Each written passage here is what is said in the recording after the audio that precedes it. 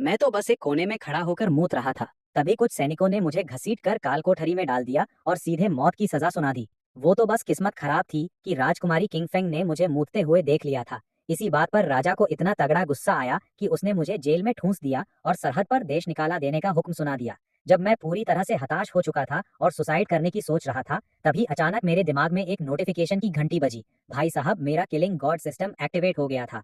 फंडा सिंपल था, मैं जितने ज्यादा लोग मारूंगा उतना ही ज्यादा ताकतवर होता जाऊंगा। लेकिन दिक्कत ये थी कि अभी तो मैं बस एक कैदी था जो अपनी मौत का इंतजार कर रहा था। अब मैं लेवल अप करने के लिए दुश्मन कहाँ से ढूंढूं? इससे पहले कि मैं कोई जुगाड़ सोच पाता, जेलर ने सेल का दरवाजा खोला और एक खूंखार से दिखने वाले कैदी को अंदर ले आया। वो कैदी अंदर आते ही मुझे देखकर सीधा मेरी तरफ बढ़ने लगा। मुझे कुछ गड़बड़ लगी और मैं वहां से हटने ही वाला था कि उसने मेरे कंधे पर हाथ रख दिया।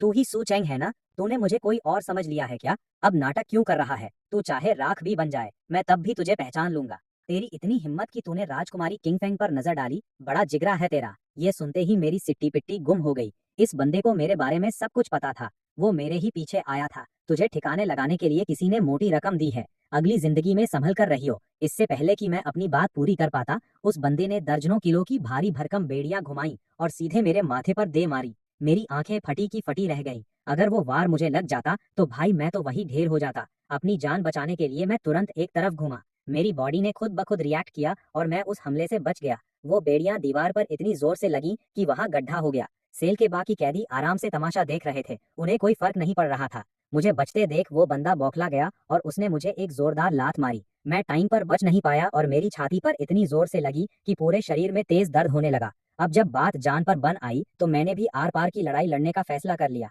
इससे पहले कि वो खुद को संभाल पाता, मैं एक पागल की तरह उस पर झपट पड़ा। वो अपनी पोजीशन ले पाता उससे पहले ही मैंने उसे जमीन पर पटक दिया। जब तू मेरी जान लेना ही चाहता है तो ले, पहले मैं ही तुझे यमराज के पास भेजता हूँ। मैंने ठंडी लोहे की बेड़ियों से उसका गला दबाना शुरू कर दिया। उस बंदे की आंखें बाहर आने लगी। मेरा चेहरा गुस्से से लाल हो चुका था और मैं पूरी ताकत लगा रहा था। वो मुझे कितना भी मारता रहा पर मैंने अपनी पकड़ ढीली नहीं होने दी। मेरे दिमाग में बस एक ही धुन सवार थी, इसका गला घोटना है। पता नहीं कितना टाइम बीत गया पर आखिरकार उस बंदे ने छटपटाना बंद कर दिया और वो एकदम शांत हो गया। मैं हाँफ रहा था और मौत के मुंह से जिंदा बच निकलने के डर और रोमांच से मेरे हाथ कांप रहे थे।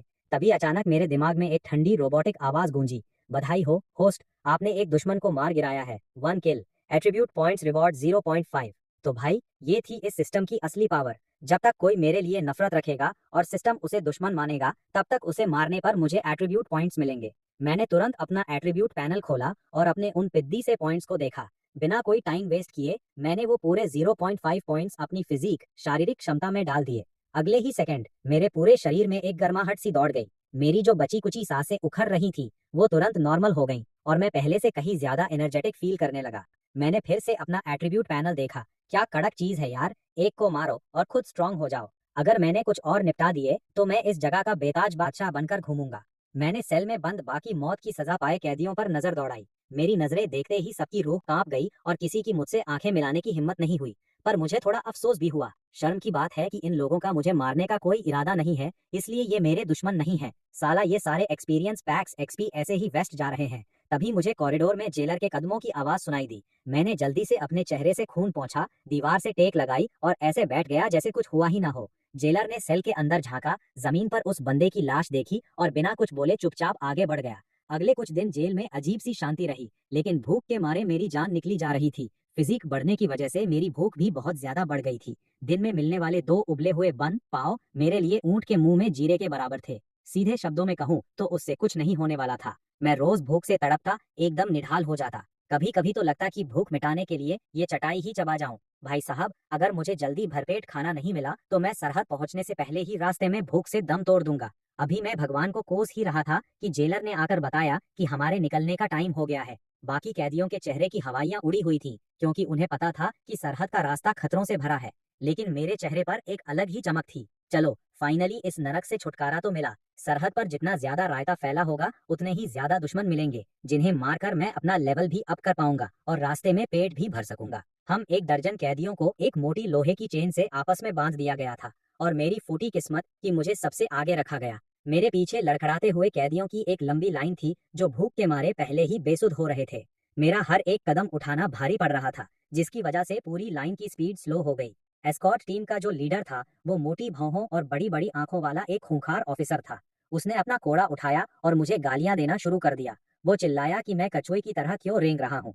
अगर ऐसे ही चले तो हम रात होने से पहले पोस्ट स्टेशन नहीं पहुंच पाएंगे। मैं तेरी खाल उधेड़ दूंगा। मैंने अपने दांत भींचे और खुद को आगे धकेला।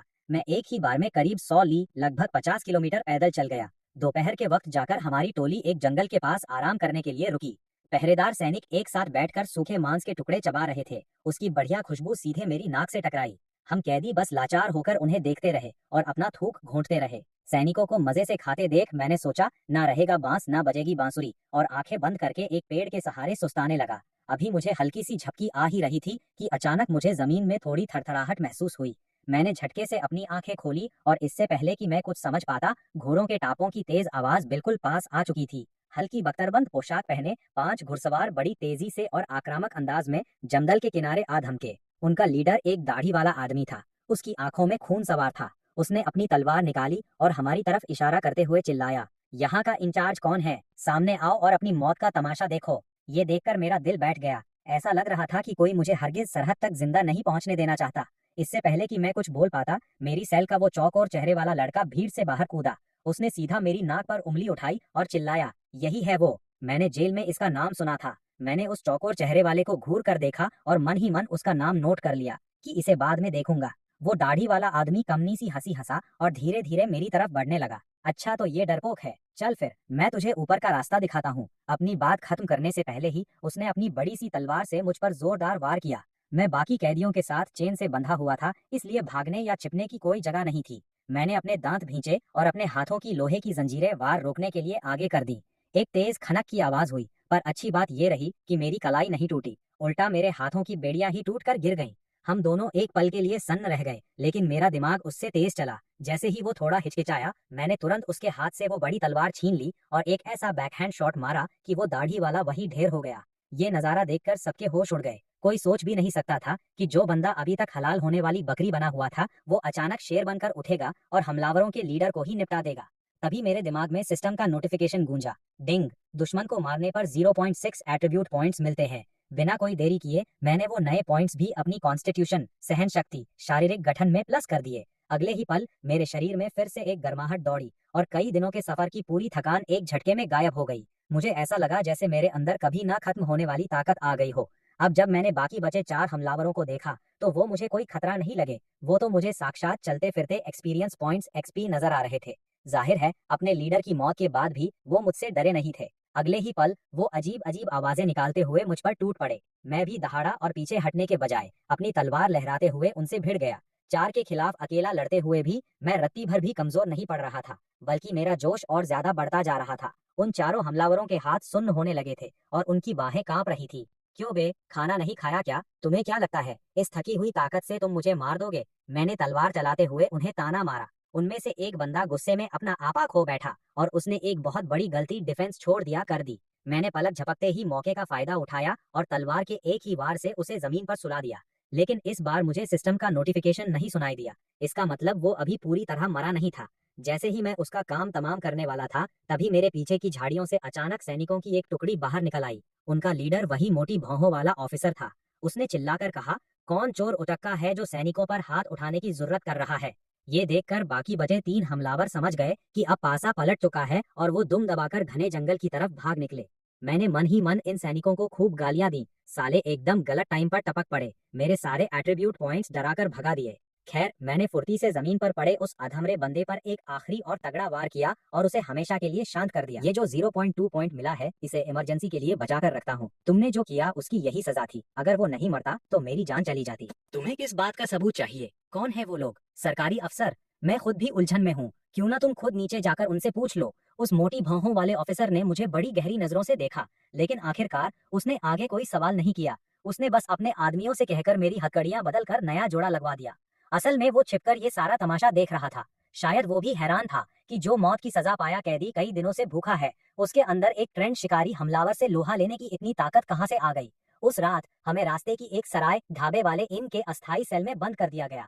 सारे कैदी थककर चूर हो चुके थे। बिल्कुल कुत्तों जैसी हालत थी सबकी, सिवाय मेरे। मैं एकदम एनर्जी से फुल था। बाकी सब डर के मारे मुझसे दूरी बनाकर बैठे थे, खासकर वो चौकोर चेहरे वाला लड़का जिसने चिल्लाकर मेरी पहचान बताई थी। वो इतना डरा हुआ था कि उसने सिर उठाने की हिम्मत तक नहीं की। साला इस खौफ में था कि कहीं उसका भंडाफोड़ ना हो जाए। जब सराय के वेटर ने हमारे लिए उबले हुए बन पाव लाकर रखे तो बाकी कैदियों के चेहरे खिल गए। बस वही चौकोर चेहरे वाला अपनी जगह से हिलने की हिम्मत नहीं कर पा रहा था। मैं उसे टकटकी लगाए घूर रहा था और उसे भी पता था कि मेरी नजर उसी पर है। अगर उसने जल्दी से खाना नहीं उठाया तो मैं सारा का सारा खुद ही लपेट लूंगा।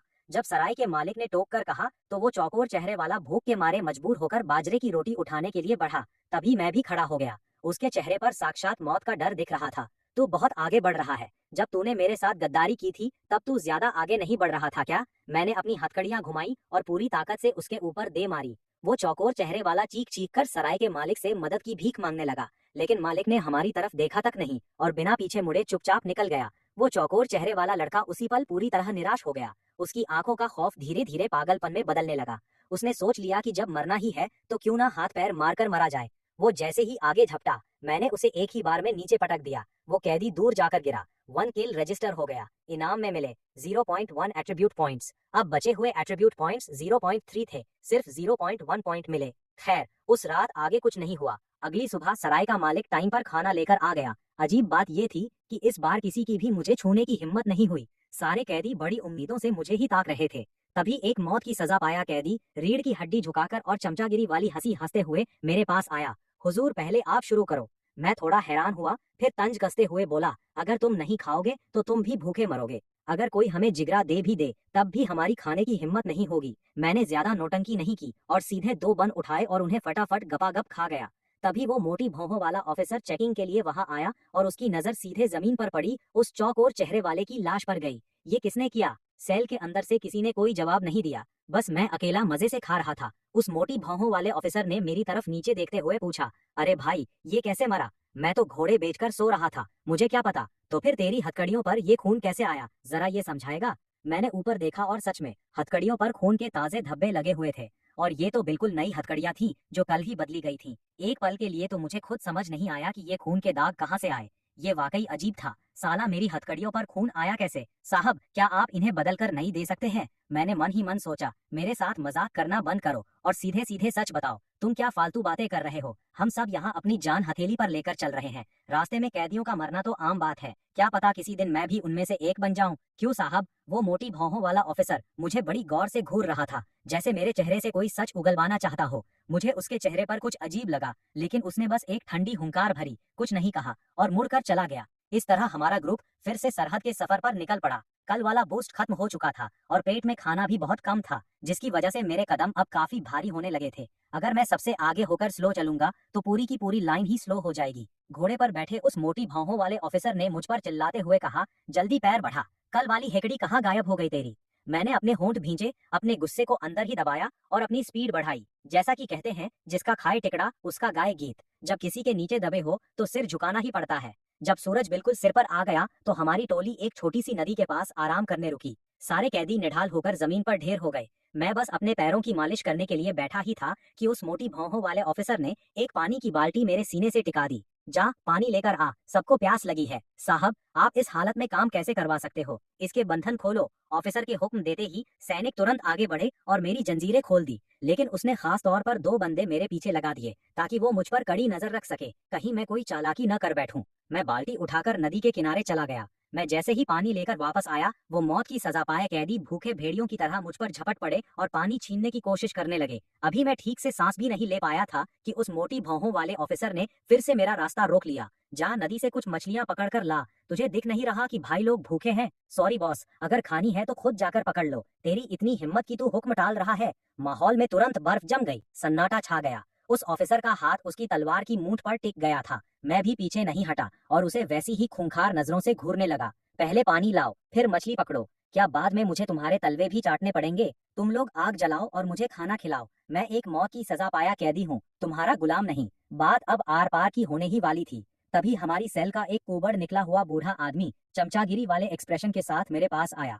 हुजूर, मुझे मछली पकड़नी आती है, मैं इसके साथ जाता हूँ। नदी के रास्ते पर जाते हुए चलो चलो। वो हंसा और मेरे पास आया। ओ हीरो, बाद में मेरा टैलेंट देखना। तुम मेरी मदद क्यों कर रहे हो? हे, मैं तुम्हारी इज्जत करता हूँ, तुम असली मर्द हो। ये सफर बहुत खतरनाक है भाई, हमें एक दूसरे का ख्याल रखना होगा। अपने गांव में मैं भी कोई मामूली चीज नहीं था। लोग मुझे लहरों का उस्ताद कहते थे। तुम्हारा नाम झांग है और मेरा नाम गौ। चलो बढ़िया है। भाई साहब, उम्मीद से बढ़कर निकला वो बूढ़ा। सच में उसके पास कमाल का टैलेंट था। पैरों में बेड़ियां होने के बावजूद वो पानी में ऐसे तैर रहा था जैसे कोई मछली हो। कुछ ही देर में उसने कई बड़ी बड़ी मछलियां पकड़ ली। जब हम वापस किनारे आए, उस मोटी भौहों वाले ऑफिसर ने जमीन पर पड़ी मछलियों को बिना आंखें उठाए देखा और बोला, इन्हें काटो और भूनो। उसने आगे कहा, मुझे अपनी बात 2 बार दोहराना पसंद नहीं है। मैंने तो बनाई भी नहीं है। ये साला साफ तौर पर मुझे डराने धमकाने की कोशिश कर रहा था। मैं बस उसे पलटकर जवाब देने ही वाला था कि उस कुबड़ वाले बूढ़े ने बीच में आकर मामला शांत कराया। साहब, उसने कहा, मुझे पता है इसे कैसे भूनना है। बस मुझे थोड़ा सा नमक दे दो।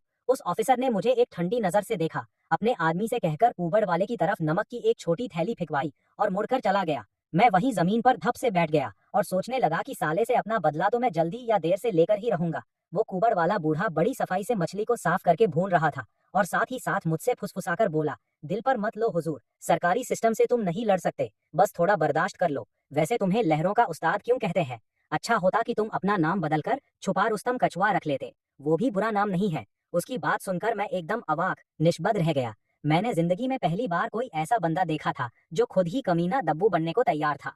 उस कुबड़ वाले ने फटाफट मछली भूनी और चमचागिरी वाले चेहरे के साथ सैनिकों को दे आया। फिर चुपके से वापस आकर उसने मुझे आधा बन पाव थमा दिया। ये आज सुबह का है, चलो आधा आधा बांट लेते हैं। क्या फायदा इस सब का? भाई, मैं तो बस तुम्हारी छत्र छाया प्रोटेक्शन मांग रहा हूँ। मैं तो बस सरहद तक जिंदा पहुंचना चाहता हूँ ताकि वहां जाकर और मछलियां पकड़ सकूं। कुछ जंगली कबीले वाले भले ही जनरल बन जाएं, पर एक सन की बंदे का जनरल बनने का ख्वाब देखना सिर्फ ख्याली पुलाव पकाना है। वैसे मैंने उसका हौसला नहीं तोड़ा। इस कमबख्त जगह पर अगर थोड़ी सी भी उम्मीद बची हो तो वो हमेशा अच्छी ही होती है। इसके बाद के दिन तो बिल्कुल नर्क जैसे थे। दिन भर मैं बस लगातार चलता रहता था और रात को सैनिक मुझसे गुलामी करवाते थे, इधर उधर के काम दौड़ाते थे। मुझे इतनी तगड़ी भूख लगती कि मेरी आंखें तक चमकने लगती थी। मैं बस चुराए हुए बाजरे के टुकड़ों पर किसी तरह अपनी जान अटकाए बैठा था। मैंने अपने वो एट्रीब्यूट पॉइंट्स बचाकर रखे हुए थे जिन्हें मैंने अभी तक यूज नहीं किया था। वही तो मेरा इकलौता इक्का ट्रम्प कार्ड थे। 10वें दिन उस मोटी भौहों वाले ऑफिसर ने अचानक मुझे अकेले अपने कमरे में बुलाया। मेज पर एकदम गर्मा गर्म मसालेदार बीफ रखा हुआ था। उसकी कमाल की खुशबू सूंघते ही मेरे पेट में चूहे कूदने लगे। उसने ठीक मेरे सामने उसका एक टुकड़ा चबाया और फिर उसे जमीन पर ऐसे फेंक दिया जैसे किसी कुत्ते को डाल रहा हो। मुझे भूख लगी है, पर मैं किसी की खैरात नहीं खाऊंगा। वो मजे से हंसा, हा हा हा, ओ मौत की सजा पाए कैदी, तो किस बात की हिकड़ी दिखा रहा है? अगर तूने फिर से कोई बखेड़ा खड़ा करने की कोशिश की तो मेरे पास तुझसे निपटने के 1000 तरीके हैं, बस तू देखता जा। तभी हमारी टोली में कुछ और नए ग्रुप शामिल हो गए और उस पहले से ही खचाखच भरे सेल में 50 से ज्यादा लोगों को और ठूंस दिया गया।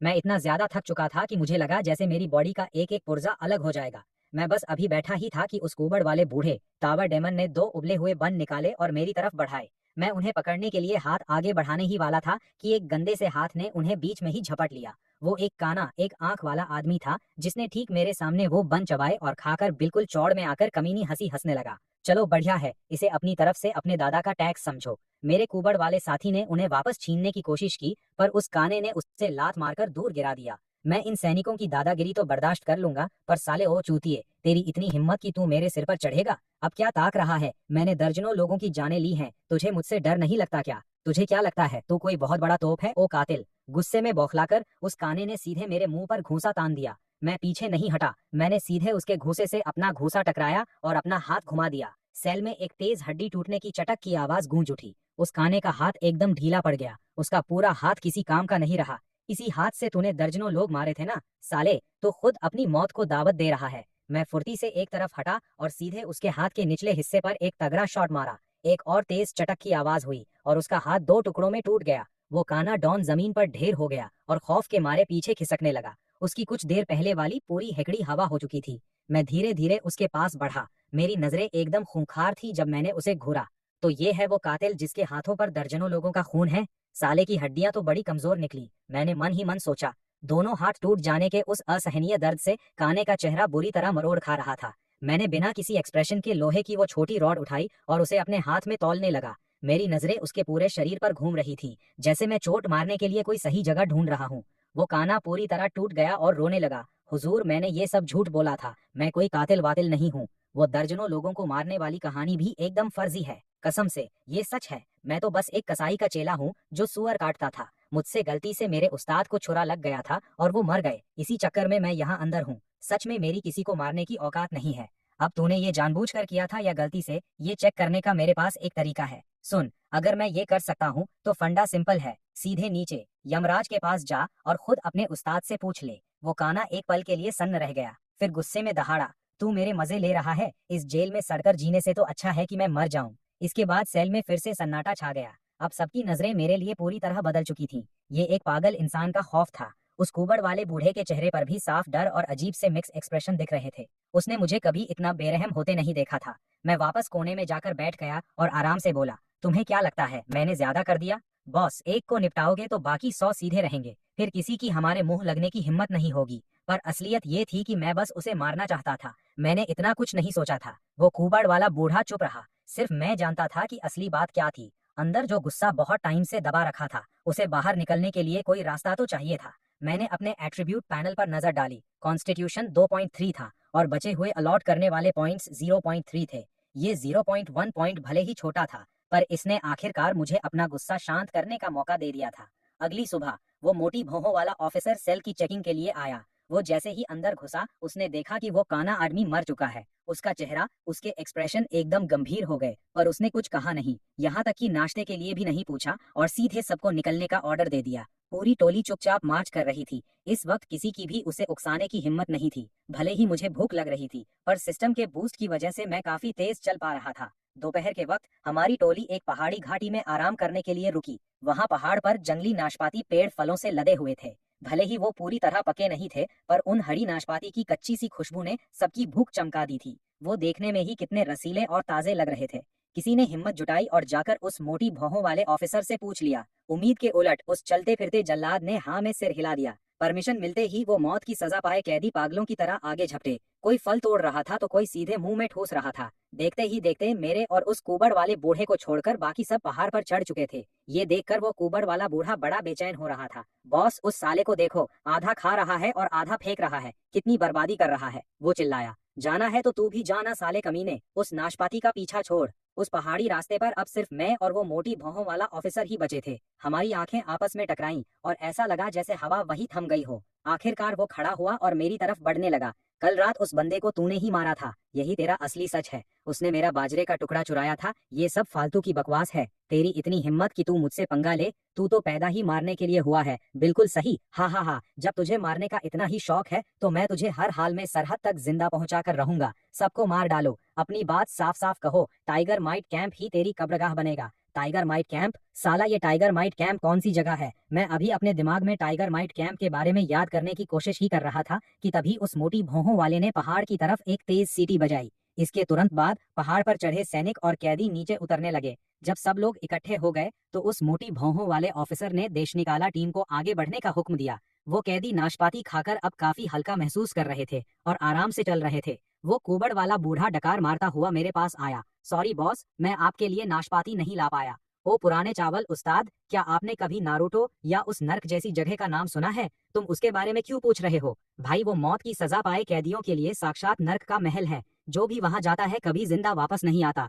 तुम्हें कैसे पता कि मैं उत्तरी बीहड़ नॉर्दर्न वाइल्डरनेस से भागकर आया हूँ? वहाँ का जो कमांडर है उसे लोग माउंटेन टाइगर कहते हैं। वो मौत की सजा पाए कैदियों को चारे तोप का गोला की तरह यूज करता है। वहाँ मरने वालों का रेट सबसे ज्यादा है, पर वो उत्तरी बीहड़ के लोगों को मारता भी सबसे ज्यादा है। सीधे शब्दों में कहें तो वो एक नंबर का साइको है। ये सुनते ही कुबड़ वाले बूढ़े का चेहरा पीला पड़ गया। उसने थूक घोंटा और उसकी आवाज कांपने लगी। वो दुआ कर रहा था कि मुझे वहां न भेजा जाए, पर उसकी बात सुनकर मेरे चेहरे पर एक मुस्कान आ गई। सुनने में तो बड़ा कड़क लग रहा है, साला मेरे लिए ही बनी है वो जगह। मैं सीरियस हूँ। क्या मैं वहाँ खुलेआम लोगों को मार पाऊंगा, खासकर उन उत्तरी बीहड़ के लोगों को? वो ऑफिसर मुझे ऐसे देख रहा था जैसे मैं कोई पागल हूँ। मेरी आंखों में वो पागलपन देखकर वो एकदम खामोश हो गया, क्योंकि एक कातिल के लिए वो जगह सचमुच जन्नत थी। घोड़े पर बैठा वो मोटी भौहों वाला ऑफिसर मुझे ठंडी नजरों से देखने लगा। मेरे चेहरे पर एक अलग ही उम्मीद वाले एक्सप्रेशन थे और मेरे होठों पर एक कड़क मुस्कान थी। साले को मेरी किस्मत का रत्ती भर भी अंदाजा नहीं था। बेटा, एक बार टाइगर माइट कैंप में पैर रख ले, फिर रोने के दिन भी आएंगे तेरे। 1 महीने के बाद हमारी टोली आखिरकार उत्तरी सरहद नॉर्दर्न फ्रंटियर के किनारे पहुंच गई। वहां की ठंडी हवा के साथ खून की जो सड़न वाली बदबू आ रही थी वो सीधे हमारे मुंह पर लगी। वो साक्षात जंग के मैदान की बदबू थी। हम जितना ज्यादा उत्तर की तरफ बढ़ रहे थे उतने ही ज्यादा लाशों के ढेर दिख रहे थे। वहाँ शाही सैनिक भी थे, उत्तरी बीहड़ के जंगली बारबेरियन भी थे और कुछ लोग हमारे जैसे मौत की सजा पाए कैदियों के कपड़ों में भी थे। उन बदकिस्मत कैदियों में से ज्यादातर के सिर कटे हुए थे। खौफ के मारे बाकी कैदियों की ऊपर देखने की हिम्मत नहीं हो रही थी। साले इस डर में थे कि कहीं ये उनका अपना आने वाला कल तो नहीं। वो बेचारे कुबर झुकाए एकदम खामोश हो गए थे। कुछ दिनों बाद एक मिलिट्री कैंप के सामने सैनिकों ने उसके बंधन जंजीरें खोल दिए। उसके चेहरे पर एक ऐसी मजबूरी वाली हंसी थी जो रोने से भी ज्यादा दर्दनाक लग रही थी। मैंने उसके कंधे पर हाथ रखा। वो एकदम निढाल हो गया, बिना पीछे मुड़े भारी कदमों से कैंप के अंदर चला गया। उसकी पीठ देखना ही शायद आखिरी अलविदा था। बाकी जो बचे हो मेरे पीछे आओ, टाइगर माइट कैंप की तरफ। अब हमारे ग्रुप में सिर्फ 10 लोग बचे थे। उस मोटी भौहों वाले ऑफिसर ने अपने घोड़े से इशारा किया। बाकी कैदी मुझे ऐसी नजरों से देख रहे थे जैसे मेरे मजे ले रहे हों, मानो मैं तो पहले ही मर चुका हूँ। मैं बिना किसी एक्सप्रेशन के उसके पीछे चल दिया। रास्ते में उस ऑफिसर ने मेरी तरफ एक थैली फेंकी। मैंने उसे खोलकर देखा तो उसमें मसालेदार बीफ था। इसे अपनी अगली जिंदगी के लिए बचा कर रख। मैंने तंज कसा और उसे बिना हाथ लगाए वापस उसकी तरफ फेंक दिया। उस मोटी भौहों वाले ऑफिसर ने वो बीफ वापस रख लिया। उसकी आंखों में अब और ज्यादा खून सवार हो चुका था। तो ये आखिरी टेस्ट था। अगर मैं इसे खा लेता तो शायद मुझे किसी नॉर्मल कैंप में भेज दिया जाता, पर अब जब मैं जा ही रहा हूँ तो मैं सिर्फ टाइगर माइट कैंप में मरने के लिए ही जा सकता हूँ। बढ़िया है, यही तो चाहिए था। उस रात उस ऑफिसर ने मेरे हाथ पैर एकदम कसकर बांध दिए और खुद घोड़े बेचकर सो गया। आधी रात को अचानक घोड़ों के टापों की तेज आवाज से मेरी आंख खुल गई। मेरी फिजिक शारीरिक क्षमता डबल होने की वजह से मेरे सेंस किसी जंगली जानवर से भी ज्यादा तेज हो चुके थे। हिलना मत, ये उत्तरी बीहड़ के घुड़सवार हैं। मेरे बंधन खोलो, नहीं तो हम सब कुत्ते की मौत मारे जाएंगे। बिल्कुल नहीं, जंजीरें खनकेंगी और हमारा भंडाफोड़ हो जाएगा। उस ऑफिसर ने मुझे दबोचते हुए नीचे दबा दिया। हम दोनों घास में औंधे मुंह लेट गए। हमारी सांसें तक रुक चुकी थी। घोड़ों के टापों की आवाज बिल्कुल पास आती जा रही थी, जिससे जमीन तक हिल रही थी। मेरी हालत खराब होने लगी। जब हम इसी कश्मकश में फंसे थे तभी वो टापों की आवाज धीरे धीरे दूर निकल गई। मैंने राहत की सांस ली। अब तो इन्हें खोल दो, वो सब चले गए। अगर वो वापस पलटकर हमला करने आ गए तो अपना मुंह बंद रख साले। इससे पहले कि मैं अपनी बात पूरी कर पाता, मेरे ठीक ऊपर एक जोरदार आवाज गूंजी। वहाँ कौन है? सीधे बाहर निकल आओ। ये सुनते ही उस ऑफिसर का चेहरा हरा पीला पड़ गया। मेरे पास तो साले को गालियां देने का भी टाइम नहीं था। ये जंगली सच में नहीं गए हैं, इन्हें खोलो। क्या तुम हमारे साथ मरना चाहते हो? उस ऑफिसर ने अपने दांत भींचे और चाबी निकाली। उसने जैसे ही मेरी जंजीरें खोली, कई काली परछाइयों ने हमें चारों तरफ से घेर लिया। चांद की रोशनी में मैं उनकी वो ऊंची और कुबड़ जैसी चौड़ी पीठ देख पा रहा था। ये उत्तरी जंगली साले इतने तगड़े थे कि उन जंगली दैत्यों के सामने तो मैं बिल्कुल मुर्गी के पिद्दी बच्चे जैसा लग रहा था। मैंने अपना थूक घोटा। मुझे लगा कि आज तो गेम ओवर है। अंधेरे में उन जंगलियों की घुमावदार तलवारें, शमशीरें चमक रही थी। पलक झपकते ही मुझे 3 बंदे दिखे। 3 ऊंचे पूरे दैत्य, जिनकी मसल्स ग्रेनाइट के पत्थर जैसी फटी पड़ रही थी। सेंट्रल मिलिट्री के सैनिकों को मसलने के लिए ये ताकत काफी थी। उन्होंने अभी तक मुझे नहीं देखा था। मैं अभी भागने का जुगाड़ सोच ही रहा था कि वो मोटी भौहों वाला ऑफिसर, वो बुढ़ा साइको, अचानक अपनी तलवार तानकर बाहर कूद गया। अब किसका रास्ता देख रहा है? अगर मरना नहीं है तो टूट पड़ साले पर। मैंने मन ही मन उसे गाली दी, पर मेरे पास कोई और रास्ता नहीं था, इसलिए मैंने भी हिम्मत जुटाई और आगे चार्ज कर दिया। तेरी तो ऐसी की तैसी। उस ऑफिसर की भारी तलवार सामने वाले की शमशीर से इतनी जोर से टकराई कि चिंगारियां निकल आईं। वो झटका खाकर पीछे जा गिरा, जबकि वो जंगली अपनी जगह से हिला तक नहीं। ताकत का फर्क बहुत ज्यादा था भाई। जल्दी पॉइंट्स बढ़ाओ। पॉइंट्स बढ़ाना फेल हो गया क्योंकि होस्ट बहुत ज्यादा बदसूरत है। अरे ओ सिस्टम, अगर तेरा होस्ट ही निपट गया तो तेरे लिए सिस्टम बीवी ढूंढने कौन जाएगा? पॉइंट्स सक्सेसफुली बढ़ गए। दूसरी तरफ 2 जंगलियों ने अपनी तलवारें सीधे मेरी तरफ घुमाई। मेरे शरीर में फिर से एक तगड़ी गर्माहट दौड़ी और रगों में ताकत का फ्लो होने लगा। मैंने अपने हाथों की जंजीरों को कसकर लपेटा। पीछे हटने के बजाय मैं आगे बढ़ा और सीधे उसकी तलवार पर अपना मुक्का दे मारा। लोहे के टकराने की तेज खनक हुई और चिंगारियां उड़ी। वो दोनों जंगली 3 कदम पीछे हटने पर मजबूर हो गए, जबकि मैं अंगद के पैर की तरह अपनी जगह पर अड़िग खड़ा रहा। ये देखकर वो ऑफिसर हक्का बक्का रह गया। उसके हाथ पैर ढीले पड़ गए। इन मैदानी इलाके सेंट्रल प्लेन्स के लोगों के पास इतनी ताकत आई कहाँ से? जा यमराज से पूछ ले। वो जंगली भी खौफ में आ गए थे। मैंने फालतू की बातें नहीं की और सीधे आगे बढ़कर उन पर हमलों की झड़ी लगा दी। भले ही मेरे पास ताकत बहुत थी, पर हाथ में कोई ढंग का वेपन हथियार नहीं था, जिसकी वजह से मैं उन्हें जल्दी ढेर नहीं कर पा रहा था। वो ऑफिसर साइड से चिल्लाया, फटाफट इसका काम तमाम कर, बात को ज्यादा मत खींच। ये ले मेरी तलवार, पकड़ इसे। वो भारी तलवार शुश करती हुई मेरी तरफ आई। मैंने उसे हवा में ही लपका और एक ऐसा बैक हैंड शॉट मारा कि सामने वाले की घुमावदार तलवार एक झटके में 2 टुकड़ों में टूट गई। उस जंगली के चेहरे पर मौत का खौफ साफ दिख रहा था। इससे पहले कि वो कुछ समझ पाता, मैंने उसका सिर धड़ से अलग कर दिया। 1 किल रजिस्टर हुआ और इनाम में मिले एट्रीब्यूट पॉइंट्स। चल बेटा। तभी दूसरा जंगली, जिसकी आंखें खून से लाल हो रखी थीं, पागलों की तरह आगे बढ़ा। मैं भी इस वक्त खून का प्यासा हो चुका था। मैंने बिल्कुल चौड़ में आकर उसका सामना किया और एक ही वार में उसे और उसकी तलवार दोनों को बीच से चीर दिया। ये देखकर वो ऑफिसर पूरी तरह सन्न रह गया। ये कोई लड़ाई नहीं लग रही थी, ऐसा लग रहा था जैसे कोई आराम से सब्जियां काट रहा हो। आखिर में जो एक जंगली बचा था वो समझ गया कि अब पासा पलट चुका है। वो मुड़ा और दुम दबाकर भागा। उसने एक तेज सीटी बजाई और एक काला घोड़ा दौड़ता हुआ आया, जिस पर बैठकर वो हवा की स्पीड से रफू चक्कर हो गया। साला अब बैकअप कुमक लेने जा रहा है। मैंने मन ही मन सोचा कि ये साला भाग कैसे गया, पर मैं घोड़े की स्पीड का मुकाबला नहीं कर सकता था, इसलिए मैं वही रुका और अपनी पूरी ताकत लगाकर वो भारी तलवार उसकी तरफ फेंक कर मारी। शुश, वो लंबी तलवार सीधे उसकी पीठ के पार हो गई। हर तरफ खून की छींटें उड़ गईं, पर साला गिरा नहीं। वो घोड़े की पीठ पर ही औंधे मुंह लेटा रहा और अंधेरे में गायब हो गया। ये देखकर वो ऑफिसर गुस्से से लाल हो गया। साला बचकर निकल गया कमीना। तभी सिस्टम का नोटिफिकेशन गूंजा, किल काउंट 1। मैंने आराम से अपने हाथ झाड़े और राहत की सांस ली। चलो, वो मर गया। ये जगह ज्यादा देर रुकने के लायक नहीं है। मैं पूरी रात चलता रहा और सुबह होते ही हमें शाही घुड़सवारों की एक पेट्रोलिंग टीम मिल गई। उन्होंने हमें टाइगर माइट कैंप का रास्ता दिखा दिया। वो घुड़सवार मुझे बड़े अजीब तरीके से देख रहे थे, जैसे वो किसी जिंदा लाश को देख रहे हों। एक पहाड़ी पार करने के बाद मैं आखिरकार टाइगर माइट कैंप के सामने पहुंच गया, लेकिन अंदर घुसने से पहले ही वहां खून की इतनी भयंकर बदबू थी कि मुझे उल्टी होने को हो गई। गेट के ऊपर के शहतीर बीम से उन जंगलियों के कटे हुए सिरों की लंबी लाइनें लटकी हुई थी, जिनमें से कुछ तो पूरी तरह सड़ चुके थे। कौवे उन पर बैठकर मांस के टुकड़े नोच रहे थे। मैंने अपना थूक घोंटा। इस माउंटेन टाइगर का कैंप डेकोरेशन तो बड़ा कड़क है, उस ऑफिसर ने तंज कसा। क्यों बेटा, अभी से फट गई क्या? अब बहुत देर हो चुकी है। मैं कमनी सी हंसी हंसा। डर किस बात का? ये जगह तो साली मेरे लिए ही बनी है। तभी दो हट्टे कट्टे बंदों ने हमारा रास्ता रोक लिया। ये सुनते ही कि मैं एक मौत की सजा पाया कैदी हूँ, उनकी आंखें एकदम पैनी हो गईं। हा हा हा, लो भाई, मरने के लिए एक और चारा, मीट शील्ड आ गया। इतना सुकड़ा सा है साला, तलवार का एक वार भी झेल पाएगा क्या? खैर, जो मिला उसी में खुश रहो। पिछला वाला पूरा लॉट तो साफ हो चुका है। चलो अंदर चलो। हम जैसे ही कैंप के अंदर घुसे, चीख पुकार और कराहने की आवाजें चारों तरफ गूंज रही थीं। वहां कई उत्तरी जंगलियों को खूंटों से बांध रखा था और उन्हें टॉर्चर किया जा रहा था। उनकी खाल उधड़ी हुई थी और खून बह रहा था।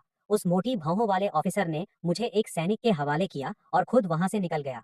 चुपचाप यही पड़े रहो और कोई बवाल मत काटना। वो सैनिक मुझे एक धुंधली सी बत्ती वाली काल कोठरी में ले गया। मुझे अंदर धक्का दिया और दरवाजा बंद कर दिया।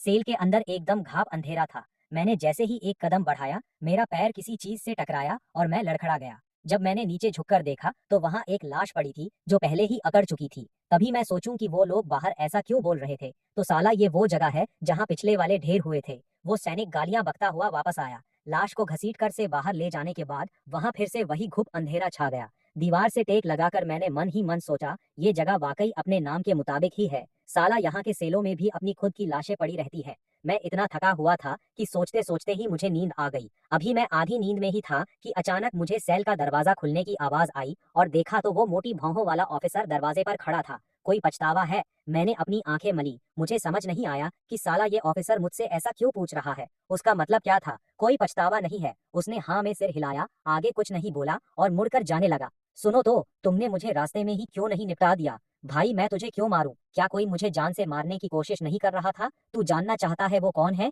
मैं तो बिल्कुल सुनने को तैयार हूँ, पर मरे हुए लोगों को सच जानने की कोई जरूरत नहीं होती। अरे यार, ये तो सरासर नाइंसाफी है। मैं वैसे ही मरने वाला हूँ और तुम मुझे सच जाने बिना ही मारना चाहते हो। और सुनो, मुझे उस मसालेदार बीफ से टेस्ट करने की कोशिश मत करना। मैं बीफ नहीं खाता। इसके अलावा मेरे पास तुम्हारी एक तलवार उधार है। अगली बार इससे भी कड़क वाली तलवार लाकर तुम्हारा ये उधार चुका दूंगा। वो मोटी भौहों वाला ऑफिसर रुका नहीं। उसके होठों पर एक मजे लेने वाली मुस्कान थी। उसने अपना सिर हिलाया और वहां से चला गया। अब मैं सेल में एकदम अकेला था। मैंने अपना सिस्टम पैनल खोला। भाई साहब, ये तो सच में लेवल अप करने वाली जन्नत है। सिर्फ कुछ ही दिनों के अंदर मैंने इतने सारे एट्रीब्यूट पॉइंट्स इकट्ठे कर लिए थे, पूरे 1.7 पॉइंट्स। मैंने रात होने का इंतजार किया, तभी सेल का दरवाजा खुला और कुछ खून से लथपथ लोग अंदर आए। उन्होंने मेरी तरफ देखा तक नहीं और चुपचाप अपनी अपनी जगह ढूंढकर बैठ गए। आखिर में एक सूती कपड़ों वाला दुबला पतला बूढ़ा हाथ में लालटेन लिए अंदर आया। वो एकदम साफ सुथरा दिख रहा था। अरे, यहाँ कोई नया लौंडा आया है, बड़ी चिकनी और कड़क चमड़ी का लग रहा है। ऐसा क्या कांड करके आया है भाई? वो बूढ़ा हंसा और मेरे बगल में आकर बैठ गया। पुरानी बातों पर मिट्टी डालो हुजूर। मेरा नाम सू चैंग है। यहाँ लोग असली नाम से नहीं बल्कि निकनेम उपनाम से जाने जाते हैं। तुम मुझे स्किनी हॉर्स गैंग, दुबला घोड़ा कह सकते हो। मैं थोड़ा मुस्कुराया। चलो ठीक है, तो फिर आप मुझे वांग वांग कह सकते हो या छोटा सू, लिटिल सू। मजेदार है। वैसे आप लोग कहाँ गए थे? पूरे खून से क्यों सने हुए हो? क्या घास के मैदानों में कोई लड़ाई बवाल करने गए थे? घास के मैदानों में लड़ाई? भाई यहाँ उत्तरी बीहड़ के लोगों को हलाल करने को ही घास के मैदानों की लड़ाई कहते हैं। मैंने हाँ में सिर हिलाया। लगता है दोनों में से कोई बात नहीं है। तभी एक सैनिक अंदर आया जिसके हाथ में बंस, पाव की एक बड़ी टोकरी और शराब का एक पीपा था। ओ दुबले घोड़े, मैं दावे के साथ कह सकता हूँ कि तू यहाँ बिल्कुल नया है। आज तुझे जो उठाना है उठा ले, पर आगे से ध्यान रखियो, यहाँ लाइन इस बेसिस पर लगेगी कि किसने कितने बंदे मारे हैं। जिसने कोई शिकार नहीं किया उसे कोई खाना नहीं मिलेगा। भाई मुझे ये रूल बड़ा कड़क लगा। यहाँ ताकत की ही पहली वैल्यू है। मैंने झट से 5 बड़े मीट बंस उठा लिए। मेरे बाद एक लोहे के टावर जैसा बड़ा और भारी सा दिखने वाला अजीब सा बंदा आया। उसने अकेले ही 10 बंस उठाए और एक ही सांस में आधा पीपा शराब गटक गया। फिर एक औरत आई जिसकी छाती काफी उभरी हुई थी और उसके चेहरे पर एक चटक लाल रंग का फूल बना हुआ था।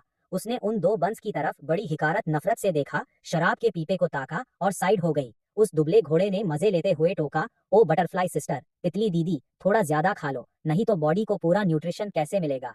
तभी अंधेरे से एक कड़क सी आवाज आई और एक पीले चेहरे वाला बेहद हैंडसम सा दिखने वाला जवान लड़का सामने आया जिसने अपनी नाजुक उंगलियों से एक बन उठाया। उसे देखकर मेरे रोंगटे खड़े हो गए और मैंने मन ही मन सोच लिया कि इस जनाने लड़की जैसे टाइप के लड़के से तो भाई दूर ही रहना बेहतर है। आखिर में काले चोगे में लिपटा हुआ एक छोटे कद का आदमी टोकरी के पास रेंगता हुआ आया और भूखों की तरह खाने लगा। उस दुबले घोड़े ने मुझे समझाया, डर मत भाई, वो बड़ा सीधा बच्चा है, बस साले के खाने के तौर तरीके थोड़े घटिया है। मैंने अपने मुंह का बन अंदर घोंटा। सच में भाई, ये जगह तो छुपा रुस्तम टैलेंट से भरी पड़ी है। वो दुबला घोड़ा अपनी शराब पीते हुए उस बड़े से अजीब बंदे का इंट्रोडक्शन देने लगा। ये जो है ये जियांगनान गैंग का मरा हुआ छोटा मालिक है, और वो जो फ्लावर बटरफ्लाई है वो एक कोठे से भाग कर आई है। जब वो लोगों को हलाल करती है तो उसके चेहरे का वो फूल ऐसा लगता है जैसे कोई तितली फड़फड़ा रही हो। और वो जो चिकना लौंडा है वो किसी राजकुमार का खास चमचा हुआ करता था। उसने राजकुमार की बेटी को अपनी चिकनी चुपड़ी बातों में फंसा लिया, इसलिए उसे यहाँ सड़ने के लिए भेज दिया गया। वो चिकना लौंडा तुरंत चीखा और ऐतराज जताने लगा, अरे उसने मुझे फंसाया था, तो फिर तेरा चेहरा इतना पीला क्यों पड़ा हुआ है? साले की किडनियां खराब हैं। हाँ हाँ हाँ, इस जैसी खूंखार जगह पर आकर भी जिसकी किडनियां काम ना कर रही हो वो तो अपने आप में ही एक अजूबा है। हाँ हाँ हाँ। और वो जो छोटे कद का लड़का है उसकी किस्मत सबसे ज्यादा खराब रही। उसका उस्ताद एक घटिया तांत्रिक अघोरी था जिसने उसे इस अजीबो गरीब शक्ल के सांचे में ढाल दिया। फिर इसने अपने उसी उस्ताद को ठिकाने लगा दिया और अब इसके पास जाने के लिए कोई जगह नहीं है। मैंने मन ही मन सोचा, यहाँ रहकर तो बस दंग रह जाओ। रही बात मेरी, तो मैं तो बस एक सीधा साधा बूढ़ा आदमी हूँ जो जहर का खेल जानता है। ये सुनते ही फ्लावर बटरफ्लाई ने तंज कसा।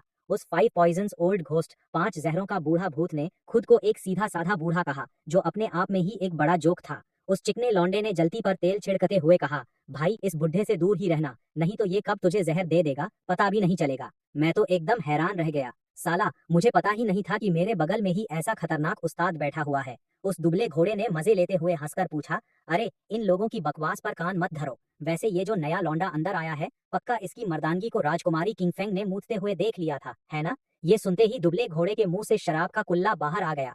फ्लावर बटरफ्लाई भी उस अंधेरे में जोर से हंस पड़ी। दुबले घोड़े ने हाँ में सिर हिलाया। फिर तो भाई तेरे साथ सरासर नाइंसाफी हुई है। नुकसान तो सब मेरा हुआ है ना? वैसे तेरे पास क्या टैलेंट है? मुझे लोगों को ठिकाने लगाना बड़ा पसंद है। आगे से जितने भी हलाल करने वाले काम आए वो सीधे मुझे सौंप देना, ताकि मैं तुम्हारी ये इच्छा पूरी कर सकूं। खैर, उस रात आगे कोई बात नहीं हुई। अगली सुबह सैनिक फिर से बंस की एक बड़ी टोकरी लेकर आ गए। सब लोग कायदे से लाइन में लग गए और मैं खुद समझदारी दिखाते हुए सबसे पीछे जाकर खड़ा हो गया।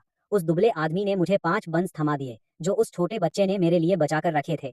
मैंने टोकरी में बैठे उस छोटे बच्चे की तरफ बड़ी हैरानी से देखा। हाँ, मैं सिर हिलाया और मजे से खाने लगा। तभी दरवाजा खुला और सबने फटाफट अपने अपने बंस मुंह में ठूसे और बाहर की तरफ लपके। एक बकरा दाढ़ी फ्रेंच बियर्ड वाला आदमी अंदर आया था। सबने अपने बंस निगले और उसके पीछे चल दिए। वो बकरा दाढ़ी वाला आदमी हमें एक ऐसे टेंट में ले गया जो हथियारों से खचाखच भरा पड़ा था। उसने दुबले आदमी की तरफ एक बही खाता डायरी फेंकी। पूरा हिसाब किताब रखियो, कोई गड़बड़ नहीं होनी चाहिए। पिछले कुछ दिनों से उत्तर की तरफ कुछ ज्यादा ही चुल मची हुई है। जरा जाकर चेक करो कि वो साले क्या खिचड़ी पका रहे हैं। इस काम की कीमत है 1 मेरिट पॉइंट, और अगर किसी को जिंदा पकड़कर लाए तो पूरे 2 मेरिट पॉइंट्स मिलेंगे। और हाँ, ये चीज ले जाकर चूताई को दे देना।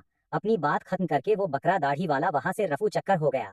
मैं एकदम उलझन में पड़ गया। यहाँ शेफ कौन है? तुम लोग ये कौन सी अजीब कोड लैंग्वेज, सांकेतिक भाषा में बात कर रहे हो? वो दुबला आदमी हंसा और बोला, बेटा थोड़ी देर में सब समझ आ जाएगा। चलो भाई, सब लोग निकलने की तैयारी करो। जैसे ही दुबले आदमी ने ये बोला, सब अपनी अपनी पोजीशन में आ गए। उस बड़े बेवकूफ बिग फूल ने अपने ही जितना बड़ा एक नुकीला गदा उठाया और उसे सीधे अपने कंधे पर रख लिया।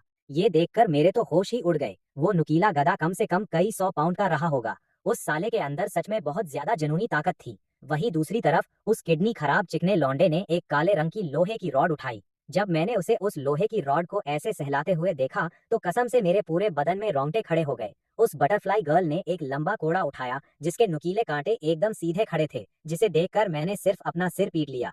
तभी मैं सोचूं कि ये कोठे पर क्यों थी। साला इसका हथियार ही एक फूल जैसा अजीब था। अब सिर्फ वो छोटे कद का लड़का बचा था। वो शेल्फ के पास गया, उसने एक बॉक्स उठाया और सीधे उस दुबले आदमी के पास चला गया। मैंने उस बॉक्स की तरफ उंगली उठाई और पूछा, क्या यही तुम्हारा हथियार है? इसके अंदर क्या है? हा हा हा, ये मेरा पर्सनल बॉक्स है। इसके अंदर कुछ मजेदार चीजें हैं, पर इसे किसी हथियार की जरूरत नहीं है। उस छोटे लड़के ने अपना हाथ आगे बढ़ाया और उसे हवा में लहराया। उसके वो चमकते हुए लंबे नाखून मुझे साफ साफ बता रहे थे कि यही मेरा असली हथियार है। मैंने हाँ में सिर हिलाया, फिर चारों तरफ नजर दौड़ाई और अपने लिए हथियार चुनने लगा।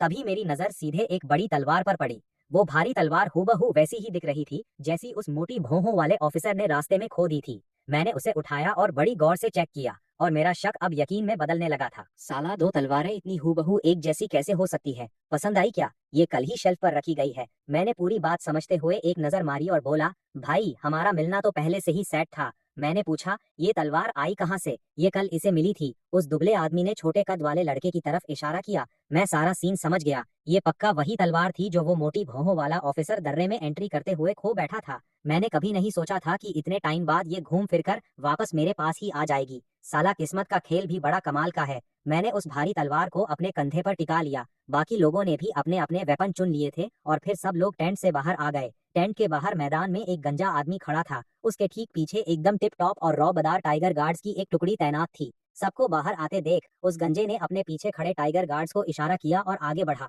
वो छलांग मारकर सीधे पूरी टोली के सबसे आगे चलने लगा। वो दुबला आदमी अपने कुछ बंदों को लेकर उसके पीछे हो लिया और टाइगर गार्ड्स उनके पीछे पीछे चलने लगे। मैं उस गंजे को टकटकी लगाए देख रहा था। मैंने दुबले घोड़े से पूछा, अरे भाई, मिलिट्री कैंप में ये साधु संत मॉन्क कहाँ से आ गए? मैंने अभी अपनी बात पूरी भी नहीं की थी कि अचानक मुझे उस गंजे की तरफ से एक खूंखार और जानलेवा प्रेशर हवा अपनी तरफ आता महसूस हुआ। लेकिन तभी दुबले घोड़े के हल्के से हंसने पर वो जानलेवा प्रेशर पलक झपकते ही गायब हो गया। फालतू बकवास मत कर, उसने कहा। ये साला पैदाइशी ऐसा ही है। इसका भगवान भक्ति से दूर दूर तक कोई लेना देना नहीं है। मैंने हाँ में सिर हिलाया और आगे कोई सवाल नहीं पूछा, लेकिन मेरी नजरें बार बार उसके उस चमचमाते गंजे सिर पर ही जा रही थीं। जब तक सूरज की किरणें सुबह के कोहरे को चीरकर बाहर नहीं आई, तब तक मुझे अपनी आंखें सिकोड़नी पड़ी। साला, उसके गंजे सिर से रिफ्लेक्शन चमक इतनी तगड़ी लग रही थी कि आंखें चौंधिया रही थीं। इसी बीच वो गंजा रुका, अपने घोड़े से उतरा और दुबले घोड़े के पास आया। कल हमें रेड थ्रोट लाल गला कबीले के उत्तरी जंगली मिले थे। पूरे 3 बंदे थे। हमें नहीं पता वो साले किस तरफ से आए थे। जब हम वहां पहुंचे तो वो पहले ही ढेर हो चुके थे। उनमें से 2 तो यही मरे पड़े थे। उनके सिर पूरी तरह कुचले हुए थे। दुबले घोड़े ने हाँ में सिर हिलाया और वो गंजा फिर से अपने घोड़े पर सवार होकर आगे बढ़ गया। पूरी टोली आधे दिन तक और चलती रही। इस बार वो गंजा एक छोटे से पानी के गड्ढे डबरे के पास आकर रुका। वो उस गड्ढे के पास नहीं गया। उसने अपने कोड़े से उधर इशारा करते हुए कहा कि 3 जासूसों ने पूरब की तरफ बढ़ने से पहले अपने घोड़ों को यही पानी पिलाया था। हमारे बंदों ने उनका पीछा खो दिया। एक दलदल को पार करते हुए उन्होंने अचानक अपनी स्पीड बढ़ा दी और हमारे आदमी उनका मुकाबला नहीं कर पाए। दुबले घोड़े ने फिर से हाँ में सिर हिलाया और कहा, तुम लोग यही रुको, हम जाकर चेक करके आते हैं। गंजे ने हाँ में सिर हिलाया और दुबला घोड़ा मेरे ग्रुप को लेकर मेन लाइन से अलग हट गया। जब मैंने पीछे मुड़कर देखा और वो गंजा अब दिखाई नहीं दे रहा था, तो मैंने उन लोगों से पूछा, तुम्हें डर नहीं लगता कि हम यहाँ से 9-2-11 भाग हो जाएंगे? मेरी इस बात का किसी ने कोई जवाब नहीं दिया। ऐसा लगा जैसे मैंने कोई बहुत ही बेवकूफाना सवाल पूछ लिया हो। बस उस दुबले घोड़े ने हल्की हंसी हंसते हुए कहा, तू भागना चाहता है, पर साले भागेगा कहाँ? तुझे ये साम्राज्य एम्पायर अपने पास रखेगा या वो उत्तरी बीहड़ के जंगली तुझे अपनाएंगे? ये सुनकर मैं एकदम खामोश हो गया। सच में भाई, मैं कहीं नहीं जा सकता था। अगर मैं भागा तो यहाँ साम्राज्य में वांटेड भगोड़ा मुजरिम बन जाऊंगा और उत्तरी बीहड़ में गया तो वहाँ विदेशी दुश्मन कहलाऊंगा। मैंने ऊपर धुंधले आसमान की तरफ देखा। मुझे बहुत ज्यादा खींच चिढ़ हो रही थी। साली, ये दुनिया इतनी बड़ी है पर मेरे लिए कहीं भी जाने का रास्ता नहीं है। अगर तू भागना ही चाहता है तो अभी निकल सकता है। हम वापस जाकर बोल देंगे कि तू मर गया। लेकिन अगर तू उनके हत्थे चढ़ गया, अगर तुमने हमें दोबारा पकड़ लिया तो हम सब एक साथ मरेंगे। मैंने हंसते हुए कहा, तुम लोग मुझे बहुत हल्का समझ रहे हो। मैं यहाँ सिर्फ हलाल शिकार करने आया हूँ। जब तक मैं जी भरकर मार नहीं लेता, मैं यहाँ से कहीं नहीं जाने वाला। उस दुबले घोड़े ने तसल्ली से हाँ में सिर हिलाया और बोला, आगे 2 संतरी पहरेदार तैनात हैं। जाओ, उस किडनी खराब लौंडे के साथ जाओ और उन्हें दबोच कर लाओ। उस रूखे चेहरे वाले लड़के ने अपनी आंखें घुमाई, मानो उसने इस किडनी खराब लौंडा वाले निकनेम को एक्सेप्ट कर लिया हो। मैंने उलझन में चारों तरफ देखा और बोला, कहाँ है संतरी? मुझे तो साला कोई दिखाई नहीं दे रहा। मुझे भी कोई नहीं दिखा। मैंने तो बस इसकी बात सुनकर बोल दिया। दुबले घोड़े ने अपने बगल में खड़े उस छोटे कद के लड़के की तरफ इशारा करते हुए कहा। मैंने उससे बड़े कौतूहल उत्सुकता से पूछा, ये कब बोला? मुझे तो कोई आवाज ही नहीं आई। जब तू अभी हंस रहा था। उसने आगे की तरफ इशारा किया और अपनी 2 उंगलियां खड़ी कर दी। ये देखकर मैं इतना हैरान हुआ कि साला मेरा मुंह खुला का खुला रह गया। ऐसे भी काम होता है क्या? बेटा, जंग के मैदान में नजरें चारों तरफ रखनी पड़ती है। तुझे न सिर्फ दुश्मन पर नजर रखनी है, बल्कि अपने साथियों के साथ तालमेल बिठाना भी सीखना होगा। ये सब तू बाद में सीख जाइयो। फिलहाल जा और अपना काम खत्म कर। मैं उस किडनी खराब लौंडे के पीछे पीछे हो लिया और हम चुपचाप दबे पांव आगे बढ़ने लगे। सच में थोड़ी ही देर बाद हमें आगे 2 घोड़े घास चरते हुए दिखाई दिए। उन जंगली कबीले वालों के घोड़ों पर न तो कोई काठी सैडल थी और न ही कोई लगाम, जिससे वो पहली नजर में बिल्कुल आवारा जंगली घोड़े लग रहे थे। लेकिन उनके मालिक आमतौर पर आसपास ही छिपे होते हैं। उस किडनी खराब लौंडे को लगा कि कहीं मैं उन्हें देख ना पाऊं, इसलिए उसने घोड़े के बगल में एक छोटे से गड्ढे की तरफ इशारा किया, जिसका मतलब था कि वो जंगली साले इसी गड्ढे में छिपे बैठे हैं। मैंने हाँ में सिर हिलाया और मैं और वो किडनी खराब लौंडा दोनों तरफ से उस गड्ढे को घेरने के लिए बढ़े। मैं जैसे ही उन जंगलियों के करीब पहुंचा, मैंने चुपके से अपने एट्रीब्यूट पॉइंट्स बढ़ा लिए। सक्सेस। अब बचे हुए एट्रीब्यूट पॉइंट्स 1.6 थे। अगले ही सेकंड मेरे शरीर में एक जबरदस्त ताकत का फ्लो हुआ। एक ऐसी कड़क रिफिलिंग जो साला कोई खाना भी नहीं दे सकता था। मैंने अपने होठों पर जबान फेरी, अपनी भारी तलवार को मजबूती से पकड़ा और सीधे आगे की तरफ चार्ज कर दिया। वो किडनी खराब लौंडा जो अभी भी बड़े आराम से दबे पांव गड्ढे की तरफ बढ़ रहा था, एकदम चौंक गया। साला सीन तो छिपकर वार करने का था ना, ये अचानक क्या हुआ? ये लौंडा तो सीधे छाती तानकर अंदर घुस गया। अब जब प्लान ही बदल चुका था, तो उस किडनी खराब लौंडे ने मौके पर ही अपने साथी मुझे को अकेला छोड़ना ठीक समझा और पीछे हट गया। दूर से जो कुछ लोग मुझे और उस किडनी खराब लौंडे को ताक रहे थे, वो एकदम शांत खड़े रहे। वो दुबला आदमी अभी भी कमीनी हंसी हंस रहा था। उन बड़े और छोटे लड़कों को रत्ती भर फर्क नहीं पड़ रहा था कि आगे क्या बवाल चल रहा है। बस वो फ्लावर बटरफ्लाई मन ही मन कुछ बुदबुदाई। वो दिखने में तो नॉर्मल लग रही थी, पर साला उसकी खोपड़ी एकदम गर्म थी, शॉर्ट टेम्पर्ड थी। दुबला आदमी हंसा और बोला, अभी से नतीजे पर मत पहुंचो, थोड़ा रुको और तमाशा देखो। जंग के मैदान का पासा पलक झपकते ही पलट जाता है भाई। वो किडनी खराब लौंडा दुम दबाकर पीछे भागने में बिजी था और मैं आगे बढ़कर तबाही मचाने में बिजी था। जैसे ही वो किडनी खराब लौंडा अपनी लोहे की रॉड पकड़े वापस भागा, तभी दूर से एक जोरदार चीख गूंज उठी। वो किडनी खराब लौंडा मन ही मन मेरे मरने का शोक मनाने लगा था। उसने अपनी जिंदगी में कभी किसी उत्तर वाले को इस तरह लड़ते नहीं देखा था। इन उत्तर वालों से निपटना इतना आसान नहीं होता भाई। तुम साला सीधे छाती ठोककर ऐसे कैसे घुस सकते हो? पर वो किडनी खराब लौंडा जैसे ही उस बटरफ्लाई गर्ल के पास पहुंचा, उसने देखा कि वो सामने का नजारा देखकर एकदम हकी बकी खड़ी है। अरे उधर क्या देख रही है? वो लौंडा पक्का कुत्ते की मौत मारा गया होगा। बेचारे को आए हुए अभी 1 दिन भी नहीं हुआ था, लेकिन बटरफ्लाई ने उस किडनी खराब लौंडे को बीच में ही टोक दिया। जरा आंखें खोलकर उस लौंडे को देख, साला क्या खूंखार तरीके से धो रहा है। उस किडनी खराब लौंडे ने उलझन में अपना सिर घुमाया और देखते ही उसका मुंह साला साक्षात हैरानी से खुला का खुला रह गया। उसने देखा कि मैं उस छोटे से गड्ढे के बगल में पूरा खून से लथपथ खड़ा हूँ और मेरे ठीक सामने उस जंगली कबीले के एक बंदे की लाश पड़ी थी, जिसे मैंने बीच से बिल्कुल 2 टुकड़ों में चीर दिया था। उस जंगली के चेहरे पर अभी भी वही गुस्सा साफ दिख रहा था, पर उसका शरीर धीरे धीरे नीचे ढह गया।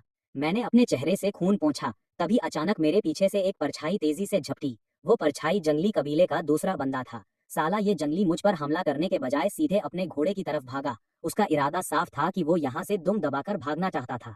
पर भाई, मैं उसे इतनी आसानी से अपना गेम थोड़े ही चलाने देता। मैंने अपने पैरों से जमीन को पुश किया और पूरी ताकत से उसकी तरफ लपका। अपनी भारी तलवार उठाई और सीधे उस जंगली पर दे मारी। वो जंगली साला अभी अपने घोड़े तक पहुंच भी नहीं पाया था कि मेरी तलवार उसके सिर पर पहुंच गई। तलवार की स्पीड और उस साले की भागने की रफ्तार का फायदा उठाते हुए मैंने अपने अंदर के पूरे खूंखारपन के साथ उस जंगली पर वार कर दिया।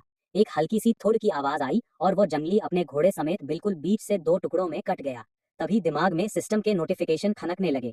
किल काउंट 1, इनाम में मिले 0.5 एट्रीब्यूट पॉइंट्स। मैं वहां पूरा खून से लथपथ किसी दानव की तरह खड़ा था और मेरे चेहरे पर एक अलग ही लेवल का सेटिस्फैक्शन, संतोष चमक रहा था। वो कमजोर और बुझा बुझा सा दिखने वाला चिकना लौंडा युवा मास्टर तो साला इतनी जोर से हक्का बक्का रह गया कि उसके खुले मुंह में लोहे की 3 रॉड एक साथ घुस जाए। उसने सूखी थूक घोंटी और उसके मुंह से बस 2 शब्द निकले, कड़क मर्द। दुबला घोड़ा हंसा और बोला, मैंने तो पहले ही कहा था, इतनी जल्दी किसी नतीजे पर मत पहुंचा करो। फ्लावर बटरफ्लाई ने बड़े उलझे हुए एक्सप्रेशंस के साथ कहा, भाई तुमने सच में उसे बहुत हल्का आंक लिया था। इसकी ताकत तो बिल्कुल हमारे बड़े भाई बिग ब्रदर जैसी है। दुबले घोड़े ने मना करते हुए सिर हिलाया और बोला, अरे फर्क है भाई, बड़े भाई का वो नुकीला गदा ही कई 100 पाउंड का है। वो सिर्फ अपनी ताकत के दम पर लोगों को नहीं काटता।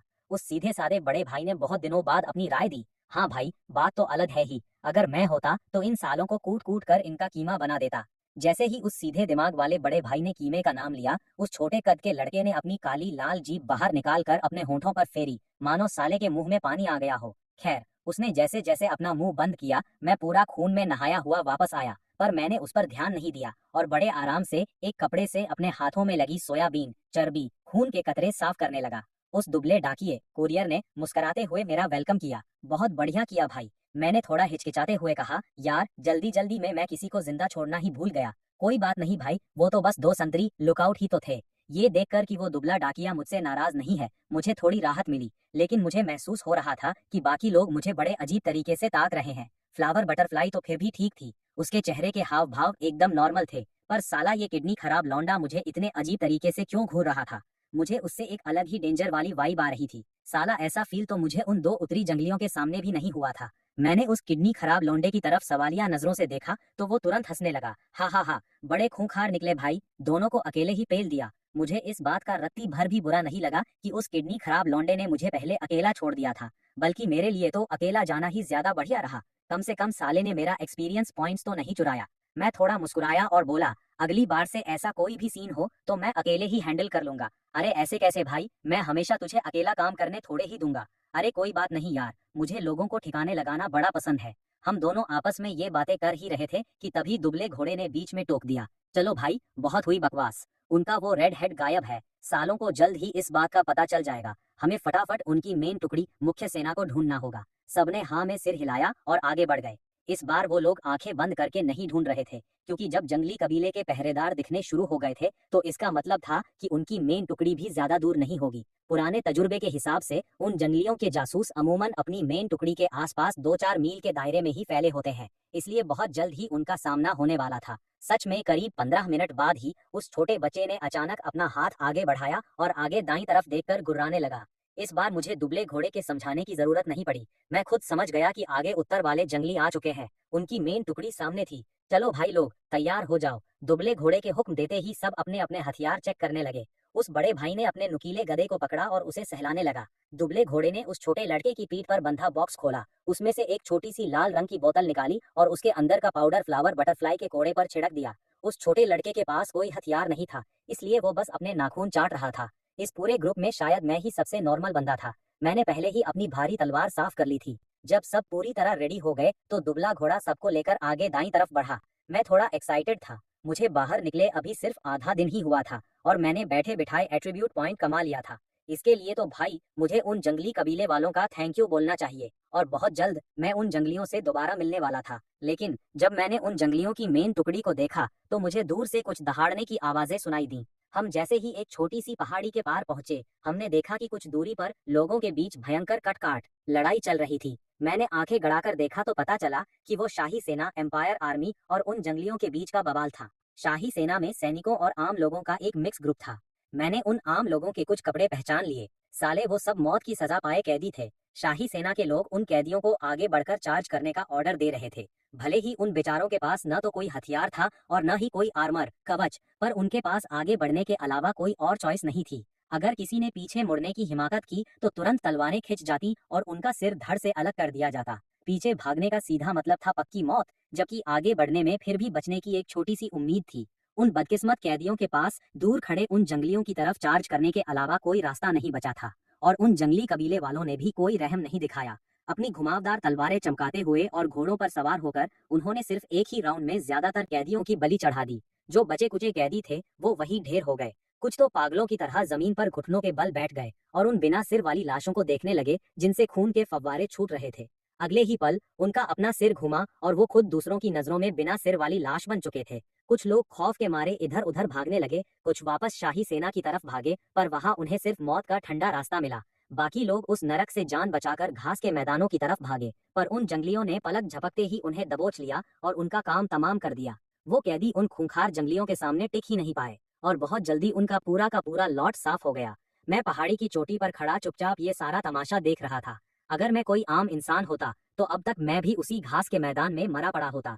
तभी नीचे खड़ी शाही सेना आखिरकार हरकत में आई। जब वो सारे कैदी मौत के घाट उतर गए तब जाकर उन सैनिकों के पैर हिले, लेकिन भाई वो उन जंगलियों पर हमला करने के लिए आगे नहीं बढ़े। इसके बजाय वो अपने घोड़ों पर बैठे और दूर दुम दबाकर भाग निकले।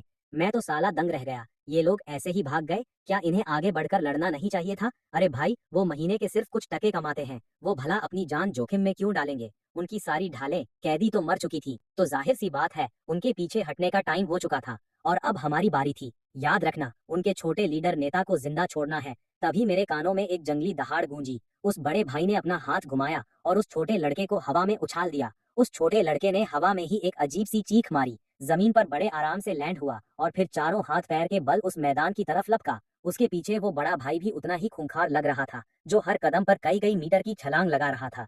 वो अपने उस नुकीले गधे को ऐसे घुमा रहा था जैसे किसी कमजोर इंसान के हाथ में लोहे की कोई हल्की फुल्की रॉड हो। मैं अभी उनकी इन अजीबो गरीब हरकतों को देखकर हैरान ही हो रहा था कि अचानक मेरे कानों में एक तीखी आवाज गूंजी। उस अजीब हंसी से चौंक कर मैंने पीछे मुड़कर देखा तो पाया कि बटरफ्लाई के चेहरे पर बना वो छोटा सा फूल चुपके से खिल रहा था और देखते ही देखते वो एक खून जैसे लाल रंग की तितली में बदल गया। फिर वो बटरफ्लाई सच में किसी तितली की तरह उड़ती हुई उन दोनों के पीछे लपकी। उसी वक्त वो किडनी खराब लौंडा मेरे पास आया और शेखी बघारने लगा कि उसकी लाइटनेस स्किल, हवा में चलने की कला काफी कड़क है। पर मैंने उसकी बात का कोई जवाब नहीं दिया।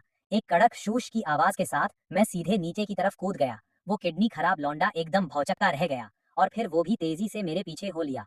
पर वो दुबला घोड़ा अभी भी पहाड़ी की चोटी पर आराम से अडिग खड़ा था और बस कमीनी हंसी हंसते हुए हम सबको जाते हुए देख रहा था।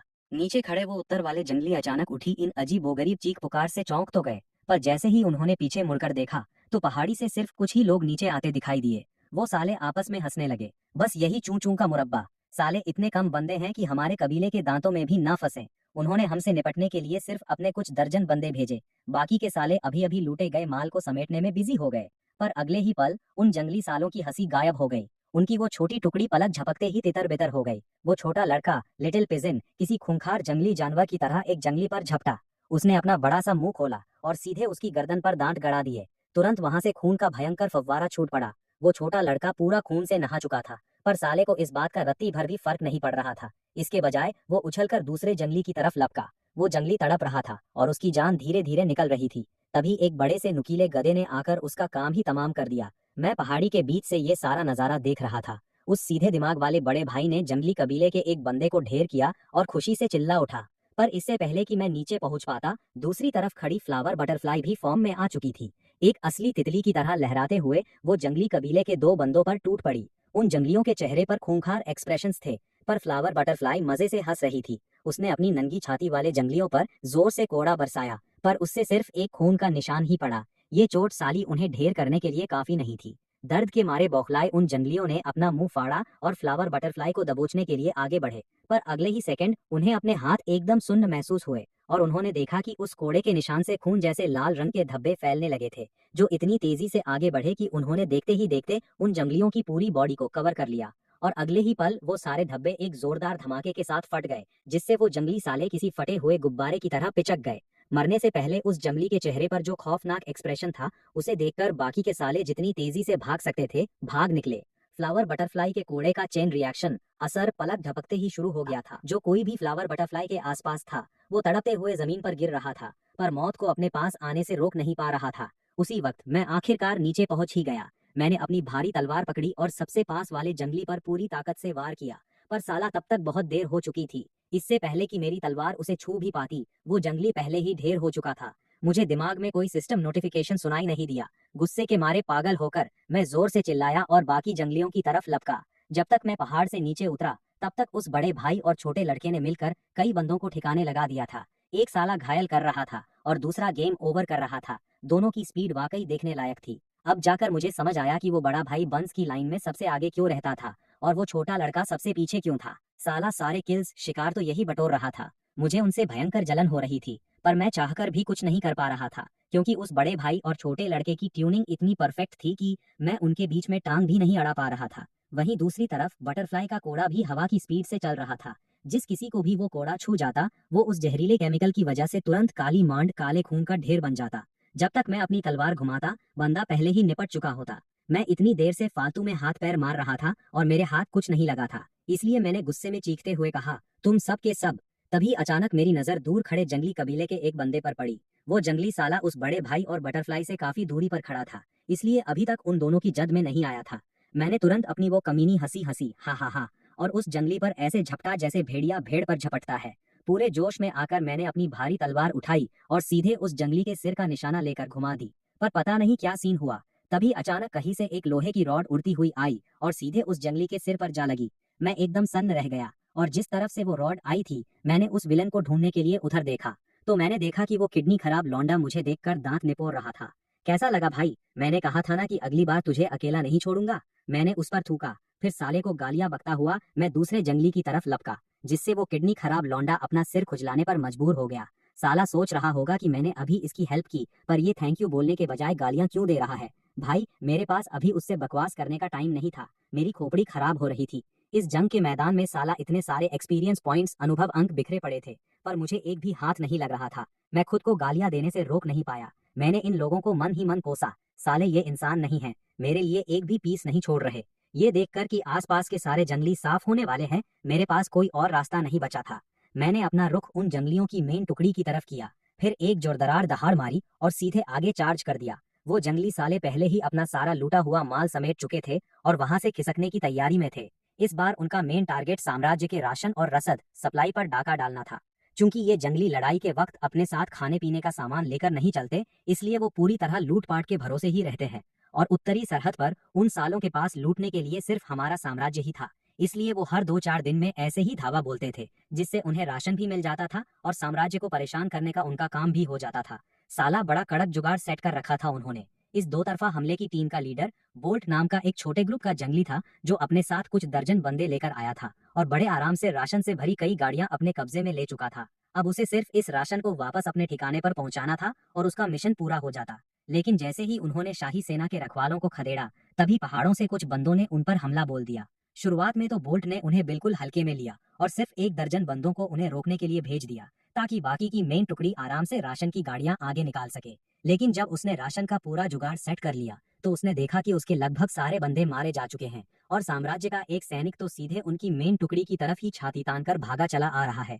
ये देखकर बोल्ट गुस्से से आग बबूला हो गया। वो शानदार जंगली बोल्ट अपने घोड़े को एड़ लगाकर पूरी रफ्तार से मेरी तरफ बढ़ा। उसने अपनी घुमावदार तलवार हवा में लहराई। उसका इरादा मुझे एक ही शॉट में ढेर करने का था। मैं पहले ही एक एक एक्सपीरियंस पॉइंट के लिए तरस रहा था कि तभी अचानक मैंने देखा कि जंगलियों की फौज से एक बंदा सीधे मेरी तरफ आ रहा है।